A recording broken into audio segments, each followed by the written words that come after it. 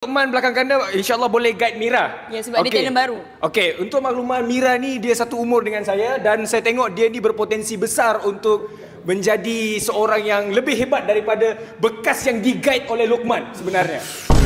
And then bagi saya Mira ni dia tak layak di-guide oleh Luqman Musa. Sebab Luqman Musa ni dia punya tahap ni untuk guide Mira ni, dia tak mampu nak handle ego daripada seorang Mira. Bagi saya lah apa yang saya nampak. Sebab Mira ni saya tengok dia macam ada aura yang kuat, boleh meletup lagi. Dan sebenarnya untuk keluarkan dia punya aura yang lebih hebat daripada sekarang ni, dia perlukan seorang mentor yang lebih hebat daripada Luqman sebenarnya. Contohnya macam kita punya superstar Syami pun boleh juga. Nama apa belakang ke kanda, bukan depan kanda. Sabar ada superstar. Itulah saya cakap, contoh macam kanda sekarang, dia guide share kan.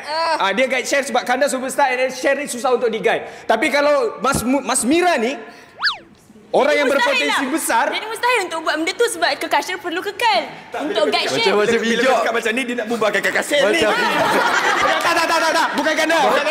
Macam bijak. Tak, macam ni. Kita bubar Syafi. Gani ni ada. Boleh tak? Boleh. Bagi aku, jangan tu duduk mana? Harum manis. Kanga. Relax Kanga. Tapi aku masih lagi fikir satu idea yang sangat bernas ditunjukkan oleh Harry tadi. Satu idea yang sangat bijak sebab macam kita nampak Mas memang ada satu energy ataupun satu aura. It's not aura lah. Satu energy yang lain before dia masuk AI lagi. Dan dia tidak ditonjolkan sangat bila dengan Luqman Musa. Tapi bila kita tunjukkan dia cuba dengan kanda, the one of superstar dalam AI, so mungkin benda tu boleh buka dia.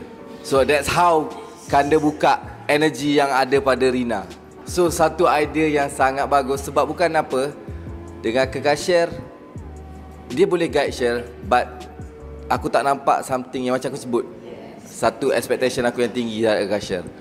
So mungkin benda ni boleh difikirkan. Saya setuju juga sebenarnya.